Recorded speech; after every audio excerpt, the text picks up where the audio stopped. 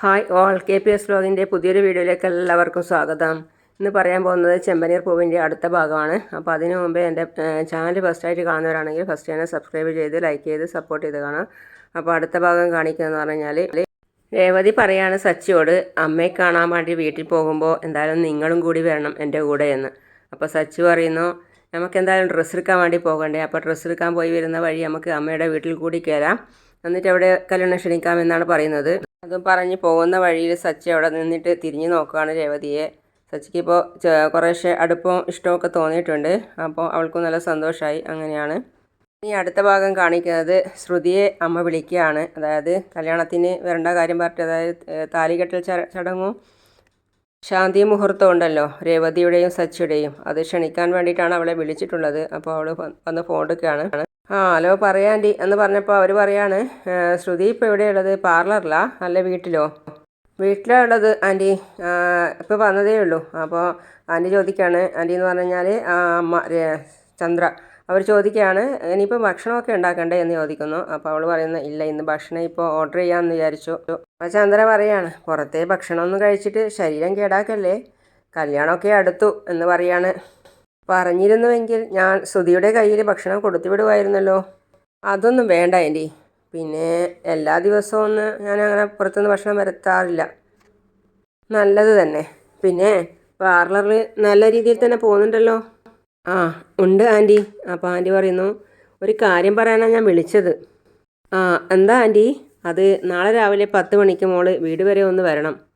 ശ്രുതിയുടെ അച്ചമ്മ നാട്ടിൽ നിന്ന് വന്നിട്ടുണ്ട്, മോളെ ഒന്ന് അച്ചമ്മയ്ക്ക് കാണണമെന്ന്. എന്തിന്?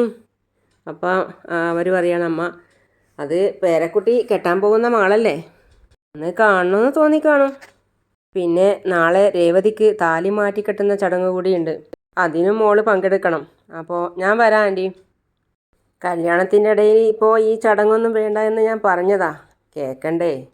എന്തായാലും മോള് വാ, നാളെ കാണാം. ഞാൻ നേരത്തെ വരാം. ജോലിയൊക്കെ കാണുമല്ലോ, ഞാനും കൂടി വന്ന് സഹായിക്കാം.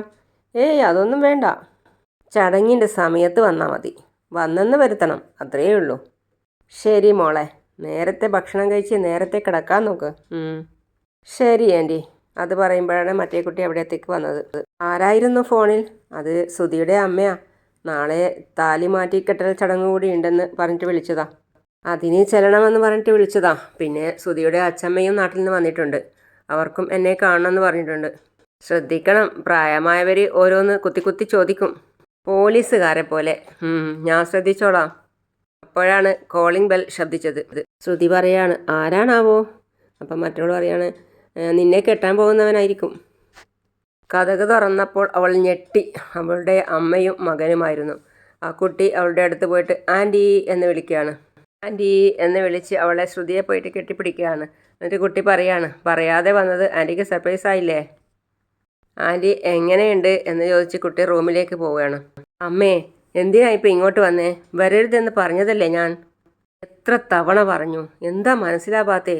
അപ്പോൾ മറ്റേ കുട്ടി പറയാണ്, എന്താടി ഇത്, അന്ന് കയറിയതല്ലേ ഉള്ളൂ, അപ്പം തന്നെ നീ ഇങ്ങനെ. ശ്രുതി ഇപ്പോഴെങ്ങാനും കയറി വന്നാൽ ഞാൻ എന്ത് ചെയ്യും? അത് അയാളെ വീട്ടിൽ നാളെ ഫംഗ്ഷനല്ലേ, ജോലി കാണും, വരാനൊന്നും സാധിക്കില്ല, നീ ധൈര്യമായിട്ടിരിക്കുക. അമ്മോൻ ചോദിക്കുകയാണ്, ആൻറ്റി ആരായി ശ്രുതി?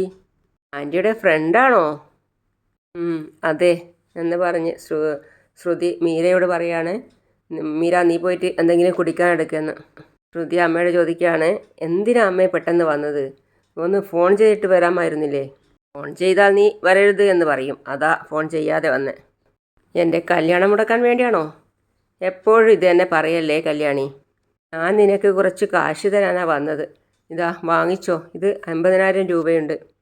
വാങ്ങിക്കാനല്ലേ പറഞ്ഞത്? അപ്പോൾ ശ്രുതി പറയാണ്, അമ്മയ്ക്ക് എവിടെ നിന്ന് ഇത്രയും കാശ്? നിൻ്റെ ഇളയമ്മ തന്നു വിട്ടതാ നിനക്ക് തരാൻ വേണ്ടിയിട്ട്. വാങ്ങിച്ചോ. അവരോട് തന്നെ എൻ്റെ നന്ദി പറഞ്ഞേക്ക്. പിന്നെ ഇത് തരാൻ വേണ്ടിയിട്ടാണെങ്കിൽ അമ്മ ഇങ്ങോട്ട് വരേണ്ടായിരുന്നു, വിളിച്ചു പറഞ്ഞിരുന്നെങ്കിൽ ഞാൻ അങ്ങോട്ട് വന്നേനെ. നിന്നെ ഒന്ന് കണ്ടിട്ട് പോകാമെന്ന് കരുതി, അതിനും കൂടെയാണ് വന്നത്. കല്യാണത്തിന് വരാൻ പാടില്ലല്ലോ, അതിനു മുമ്പേ ഒന്ന് വന്ന് കണ്ടിട്ട് പോകാമെന്ന് കരുതി. നീ പേടിക്കണ്ട, ഞങ്ങളിപ്പോൾ തന്നെ പോകും. ഞങ്ങൾ പോവാണ് മോനെ ആദി. ഇപ്പം പോകണ്ട, അവിടെ എത്തുമ്പോഴേക്കും രാത്രിയാകും, നാളെ രാവിലെ പോയാൽ മതി. അവിടെ അമ്മയ്ക്ക് നല്ല സന്തോഷമായി. പിന്നെ കാണിക്കുന്നത് സച്ചിയും രേവതിയാണ്. സച്ചി ആർക്കോ ഫോൺ ചെയ്യാണ്. സച്ചി രേവതിയോട് ചോദിക്കുകയാണ്, നിനക്ക് സന്തോഷമായില്ലേ? എന്തിന്? നിൻ്റെ അമ്മയെയും സഹോദരങ്ങളെയും പോയിട്ട് നേരിട്ട് ക്ഷണിച്ചില്ലേ?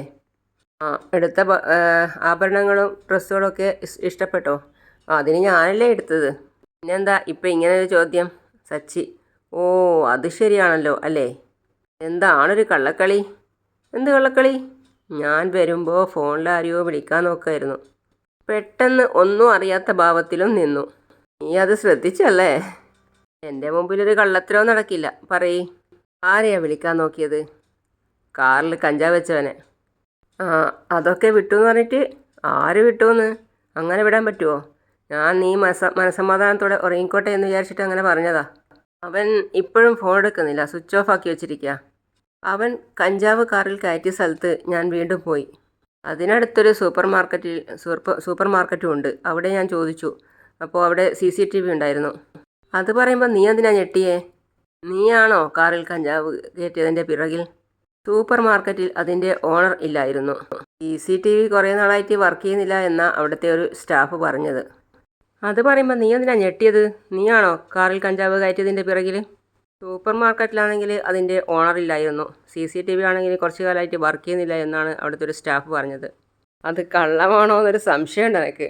അത് പറയുമ്പോൾ രേവതി ഇടക്കേറി പറയാണ്, സത്യമായിരിക്കും. അത് നിനക്കെങ്ങനെ അറിയാം? അല്ല, അത് അവർക്ക് കള്ളം പറയേണ്ട ആവശ്യമൊന്നുമില്ലല്ലോ. അതാ, നീ ടെൻഷൻ ആവേണ്ട ആവശ്യമൊന്നുമില്ല. അതിനെക്കുറിച്ച് ഓർക്കുകയും വേണ്ട. ഞാനെന്തായാലും ഇത് വിടില്ല. അവനെ എൻ്റെ കയ്യിൽ കിട്ടാതെ എൻ്റെ ദേഷ്യം മാറില്ല. ഞാനൊന്ന് പറഞ്ഞോട്ടെ? നീ ഒന്നും പറയണ്ട. നീ താലി മാറ്റി കെട്ടൽ ചടങ്ങിനെക്കുറിച്ച് ഓർത്താൽ മതി. അതിനെക്കുറിച്ച് സന്തോഷിക്ക്. ഇതൊക്കെ അങ്ങ് വിട്ടേക്ക്.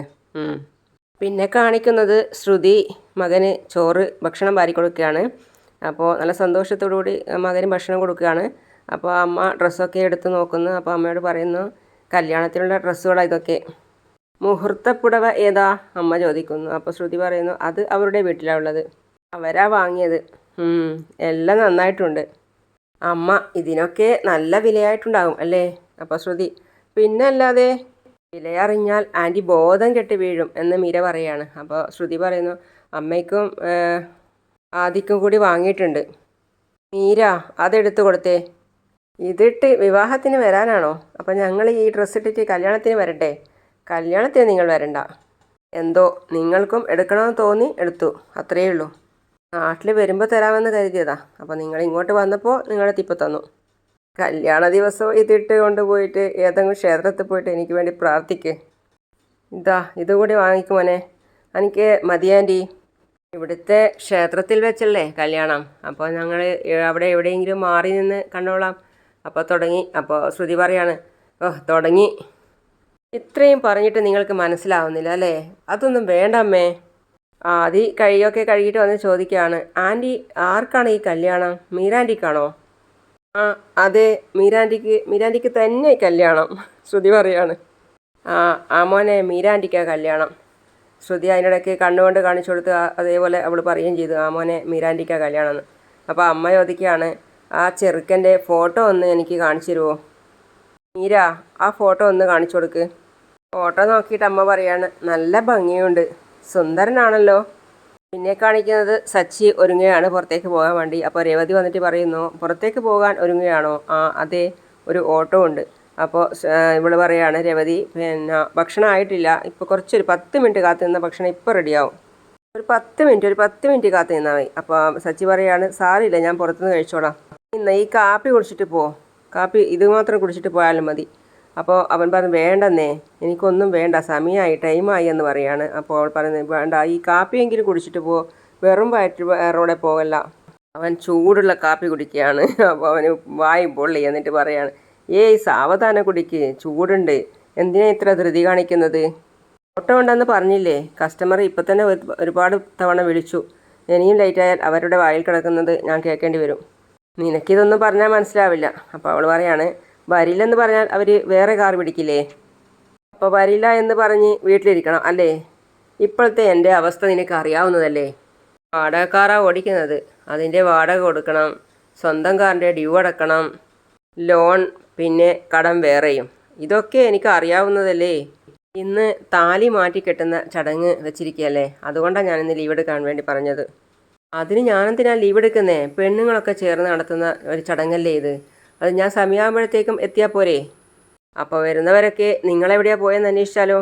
അന്വേഷിച്ചാൽ ഞാൻ ജോലിക്ക് പോയി എന്ന് പറ. ഇന്ന് നല്ല ഓട്ടം ഉണ്ടാകുന്ന ദിവസമാണ്, ഒഴിവാക്കാൻ പറ്റില്ല രേവതി. ആ ഫിനാൻസർ ഇല്ലേ, അയാളെ ഒരു ബാഗ് നിറയെ ലോൺ അടക്കാൻ പറ്റാത്തതിൽ പിടിച്ചെടുത്ത മുഴുവൻ കാറിൻ്റെയും കീയാ. എൻ്റെ കാറ് പിടിക്കാൻ അയാൾക്ക് ധൈര്യമില്ല എന്ന് വെച്ച് ലോൺ അടക്കാതിരിക്കാൻ പറ്റില്ലല്ലോ. ജോലി ചെയ്താലേ ലോൺ അടക്കാൻ പറ്റൂ. എന്തായാലും ഇപ്പോൾ സ്വന്തം കാർ ഓടിക്കുന്നതിനേക്കാൾ വാടക കാർ ഓടിക്കണം, എങ്കിലേ പോക്കറ്റിൽ എന്തെങ്കിലും മിച്ചം കാണും. നമ്മുടെ വണ്ടി എപ്പോൾ കിട്ടും? കുറച്ച് വൈകും. പിന്നെ കാണിക്കുന്നത് അച്ചമ്മ, നമ്മളെ രവി, ശ്രീകാന്ത് ഇവരൊക്കെ ഇരുന്നുകൊണ്ട് സംസാരിക്കുന്നതാണ്. അപ്പോൾ അച്ചമ്മ ചോദിക്കുകയാണ്, രവി കല്യാണ ഡ്രസ്സും പുടവയൊക്കെ വാങ്ങിച്ചല്ലോ? ആ വാങ്ങിച്ചമ്മേ. സച്ചിൻ രേവതിയും ഒരുമിച്ച് പോയാൽ വാങ്ങിയത്. ഞാൻ പറഞ്ഞിരുന്നല്ലോ അവരോട്. പിന്നെ ഇപ്പുറം കാണിക്കുന്നത് അമ്മയും മകനും, അതായത് സുധിയും ചന്ദ്രയും കൂടി ചായ കുടിക്കുന്നതാണ്. പോകുന്ന വഴിക്ക് രേവതിയുടെ വീട്ടിൽ കയറി ചടങ്ങിന് ക്ഷണിക്കുകയും ചെയ്തു. വേണമല്ലോ, ചടങ്ങിന് പെണ്ണിൻ്റെ അമ്മയും കുടുംബവും നിർബന്ധമായിട്ടും വേണം. അമ്മേ, ഞാൻ ആ താലിയും വസ്ത്രങ്ങളും ഒക്കെ എടുത്തുകൊണ്ട് വന്ന് വരാം. കാരണം ഇന്നലെ രാത്രി തന്നെ അമ്മയെ കാണിക്കണമെന്ന് വിചാരിച്ചതാണ്. ശ്രീകാന്തെ ഭക്ഷണം ഏൽപ്പിച്ചിരുന്നില്ലേ? ആ ഏൽപ്പിച്ചു അച്ചമ്മേ. പിന്നെ മാല, പൂക്കൾ, പഴങ്ങൾ ഒക്കെ വാങ്ങണം. കല്യാണത്തിനെന്നതുപോലെ തന്നെ രണ്ടുപേരും പരസ്പരം മാല ഇടേണ്ടതാ. നമ്മുടെ വീടൊക്കെ ചെറുതായിട്ടൊന്ന് അലങ്കരിക്കണം. നീ വേണം അതൊക്കെ ചെയ്യാൻ. ഞാൻ ചെയ്തോളാം അച്ചമ്മേ. ചന്ദ്ര ശ്രുതിയോട് പറയാണ്, ഇതൊക്കെ കാണാനും കേൾക്കാനും എൻ്റെ വിധി. അമ്മേ, ഞാൻ പുറത്തു പോവാ. അമ്മ, നീ ഇവിടെ വേണം. ശ്രുതി വരുന്നതല്ലേ, നീ അവളുടെ കൂടെ തന്നെ നടക്കണം. അവളെ തനിയെ വിട്ടാലേ ഇവർ അതും ഇതൊക്കെ പറഞ്ഞു കൊടുത്ത് അവളെ കുഴപ്പിക്കും. അച്ചമ്മ കുറച്ച് പൈസ എടുത്തിട്ട് ശ്രീകാന്തിന് കൊടുക്കുകയാണ്. എന്നിട്ട് പറയുന്നു, ഇത് കയ്യിൽ വെച്ചോ, ഞാൻ പറഞ്ഞ സാധനങ്ങളൊക്കെ വാങ്ങേണ്ടതല്ലേ. അമ്മ, കണ്ടോടാ സുധി, ആ കയ്യിലുള്ള കാശൊക്കെ പൂക്കെട്ടുന്ന ആ കുട്ടിക്ക് വേണ്ടി ചിലവാക്കുക. എനിക്കെന്തെങ്കിലും തരണമെങ്കിൽ ഞാൻ അടിമപ്പണി ചെയ്യണം. അച്ഛൻ എല്ലാ സാധനവും എടുത്തിട്ട് വന്ന് എന്നിട്ട് പറയാണ്, അമ്മ പറഞ്ഞ സാധനങ്ങളൊക്കെ വാങ്ങിച്ചിട്ടുണ്ട്. സ്വർണവും ഡ്രസ്സും ഒക്കെ ഉണ്ട് ഇതിൽ. താലി എടുത്തിട്ട് അമ്മയുടെ കൈ കൊടുത്തിട്ട് പറയാണ്, ഇതാ അമ്മേ താലിമാല. ചന്ദ്ര, നോക്കടാ, ഒരു 5 പവനെങ്കിലും കാണും അത്. എൻ്റെ വയറെരിയുന്നടാ. അപ്പോൾ ശ്രുതി പറയാണ്, എന്താ അമ്മേ അസിഡിറ്റി? പോടാ അവിടുന്ന്. ശ്രീകാന്ത് പറയാണ്, ലേറ്റസ്റ്റ് മോഡലാണല്ലോ. അപ്പോൾ അച്ഛമ്മ, എന്തിട്ടാലും അവൾക്ക് ചേരും. സുന്ദരിയല്ലേ അവള്? സുന്ദരി. താലി കെട്ടൽ ചടങ്ങിന് എന്തിനാവോളെ ഈ കമലും? എനിക്ക് വയ്യ. അപ്പോഴാണ് അച്ഛൻ പറയുന്നത്, അതുമൊക്കെ അമ്മേ വള എങ്ങനെയുണ്ട്? കൊള്ളാം. വളയും ഉണ്ട്. വാരിക്കോരി കൊടുക്കുക അവൾക്ക്. മുറ്റമടിച്ചും ചാണകവെള്ളം തളിച്ചും അടുപ്പിലൂതിയും ഇങ്ങനെയൊക്കെ ചെയ്തിട്ടാണ് എനിക്ക് കാശ് തന്നത്. അതും കൊണ്ടുപോയി ആ ചെകുത്താനും കെട്ടിയോളും. ശ്രുതി പറയാണ് അപ്പോൾ അമ്മയോട്, അമ്മ അകത്തോട്ട് പോയിക്കോ. ഇനിയും ആഭരണങ്ങൾ കണ്ടാൽ അമ്മ തലകറങ്ങി വീഴും. ഇതാണ് അമ്മേ സച്ചിയുടെ ഡ്രസ്സൊക്കെ. ഇതാ നോക്കടാ, ശ്രീകാന്തിന് കാണിച്ചു കൊടുക്കണം അമ്മ. ഇത് കൊള്ളാം അല്ലേ? ഇതാമ്മേ, ഇതാണ് രേവതിയുടെ. ശ്രീകാന്ത് പറയാണ്, കൊള്ളാം അല്ലേ, നന്നായിട്ടുണ്ട്. അപ്പോൾ അച്ഛൻ, എങ്ങനെയുണ്ട് അമ്മേ? കൊള്ളാം, നന്നായിട്ടുണ്ട്. ശ്രുതിയുടെ അടുത്ത് നിന്ന് അമ്മ കരയാണ്, സങ്കടപ്പെടുകയാണ്. അപ്പോൾ ശ്രുതി ചോദിക്കുന്നു, അമ്മ കരയാണോ? എങ്ങനെ കരയാതിരിക്കടാ രേവതി, ഇതിനൊക്കെ പകരം ഞാൻ നിനക്ക് തരുവടി. പിന്നെ കാണിക്കുന്നത് സച്ചിയും രേവതിയും മുകളിൽ നിന്ന് താഴേക്ക് ഇറങ്ങി വരികയാണ്. അപ്പോൾ സച്ചി ചോദിക്കുകയാണ്, അച്ഛാ ഞാൻ പോയിട്ട് വരാം, അച്ഛമ്മ ഞാൻ പോയിട്ട് വരാം, പുറത്തേക്ക് പോയിട്ട് എന്ന് പറയുവാണ്. അപ്പോൾ അച്ഛമ്മ പറഞ്ഞു, എടാ നിൽക്കടാ അവിടെ, അച്ഛമ്മ ടൈമായി. നീ ഇതെവിടെ പോവുക? ജോലിക്ക്. കേട്ടല്ലോ രവി. എടാ ഇവനെന്താടാ ഇങ്ങനെ? സച്ചി, ഇന്നത്തെ ദിവസത്തിൻ്റെ പ്രത്യേകത നിനക്കറിയില്ലേ? എന്നിട്ടും നീ എവിടേക്ക് പോവുക? അതിന് നിങ്ങളൊക്കെ ഇല്ലേ അച്ഛ ഇവിടെ? എനിക്ക് ജോലിക്ക് പോകണം. അപ്പോൾ ശ്രീകാന്ത് ഇടക്കേറി പറയാണ്, ഏട്ടാ ഇന്നൊരു ദിവസം ലീവാക്ക്. അതൊന്നും പറ്റില്ലടാ, പോയേ പറ്റൂ എന്ന് പറഞ്ഞ് ഇറങ്ങാനിരിക്കുകയാണ് അച്ഛൻ വിളിക്കുന്നത്. എടാ ഇന്നൊരു ദിവസം നീ ലീവാക്ക്. രേവതി മോളുടെ കൂടെ തന്നെ നീ ഉണ്ടാവണം. അച്ഛ 10:30 ചടങ്ങ്, അപ്പോഴേക്കും ഞാനിങ്ങ് എത്തിക്കോളാം. അവിടെ അമ്മയും മകനും വന്നു. എന്നിട്ട് അമ്മ പറയാണ്, നിങ്ങളും ഇതുപോലെ ആയിരുന്നല്ലോ. ബസ് എന്ന് പറഞ്ഞ് നിങ്ങൾ അതിൻ്റെ പുറകെ ഓടി. ഇവനിതാ കാറിൻ്റെ പുറകെ ഓടുന്നു. അത് തന്നെ. അപ്പോൾ സച്ചി, എൻ്റെ അച്ഛനെ പോലെയാണ് ഞാനെന്ന് പറയുന്നതിൽ എനിക്ക് സന്തോഷമേ ഉള്ളൂ. ഞാൻ നിങ്ങളെപ്പോലെ ആവാത്തത് എൻ്റെ ഭാഗ്യമാണ്. സച്ചി, ഞാൻ പറയുന്നത് കേൾക്ക്. ഇന്ന് നീ എങ്ങും പോകണ്ട എന്ന് അച്ഛമ്മ പറയാണ്. അവർ പോയിക്കോട്ടെ അച്ഛമ്മേ, പാവം സ്വന്തം വണ്ടിയല്ലല്ലോ ഓടിക്കുന്നേ. സ്വന്തം വണ്ടിയല്ലല്ലോ, മറ്റുള്ളവരെ വണ്ടിയല്ലേ. അത് ഓടിയില്ലെങ്കിലും വാടക കൊടുക്കണം. കാറിൻ്റെ ഡ്യൂ കൊടുക്കണം അച്ഛമ്മേ. ലോണുണ്ട് അച്ഛമ്മേ. അപ്പം അച്ഛൻ അതൊക്കെ ശരി തന്നെയാണ്. പക്ഷേങ്കിൽ ഒരു ദിവസം ലീവ് എടുത്ത് എന്ന് വിചാരിച്ചിട്ട് ഒന്നും സംഭവിക്കാൻ പോകുന്നില്ല. നിനക്ക് വേണ്ടുന്ന കാശ് ഞാൻ തന്നോളാം. അതൊന്നും വേണ്ടെന്നേ, ഞാൻ 10 മണിയാകുമ്പോഴേക്കും എത്തിക്കോളാന്നേ. അച്ഛമ്മേ, രേവതി മോള് പറഞ്ഞത് കൊണ്ട് മാത്രം നിന്നെ വിടുന്നു. 10 മണിയാകുമ്പോഴേക്കും ഇങ്ങെത്തിക്കൊള്ളണം. പിന്നെ വരാതെ ഞങ്ങളുടെ താലികെട്ട് നടക്കുകയല്ലേ. അച്ഛാ ശരി, ചെല്ല് ചെല്ല് ചെല്ല്. പിന്നെ കാണിക്കുന്നത് രേവതി പച്ചക്കറി എരിയുന്നതാണ്. അപ്പോൾ അവിടെ അമ്മ വന്നിട്ട് പറയാണ്, നല്ല മുഹൂർത്തത്തിൽ തന്നെയാണ് അവൻ നിൻ്റെ കഴുത്തിൽ താലി കെട്ടിയത്. എന്നിട്ടോ കാറും പോയി, ജീവിതവും പോയി, അവൻ്റെ കാശും പോയി, അവൻ്റെ നല്ല ജീവിതവും പോയി. ഇനി ഈ താലി മാറ്റിക്കെട്ടിയാൽ നിൻ്റെ രാശി മാറുമോ? മുഹൂർത്തത്തിനും താലിക്കും അല്ല പ്രശ്നം, നിൻ്റെ രാശിയാ പ്രശ്നം. എത്ര താലി മാറ്റിക്കെട്ടിയാലും നീ ഇവിടെ ഉള്ളിടത്തോളം കാലം നിൻ്റെ രാശി മാറില്ല. നീ കാരണം ഇവിടെ ഇനി എന്തൊക്കെയാ നടക്കാൻ പോകുന്നതെന്ന് കണ്ടു തന്നെ അറിയണം. അമ്മ അതും പറഞ്ഞു പോയി. അപ്പോൾ അവൾ അവിടെ നിന്നുകൊണ്ട് ചിന്തിക്കുകയാണ്, നിൻ്റെ മുഹൂർത്തത്തിനും താലിക്കും ഒന്നുമല്ല പ്രശ്നം, നിൻ്റെ രാശിയാ പ്രശ്നം. നീ ഇവിടെ ഉള്ളിടത്തോളം കാലം ഇങ്ങനെ തന്നെ ഉണ്ടാവുള്ളൂ, നിൻ്റെ രാശി ശരിയില്ല എന്നൊക്കെ.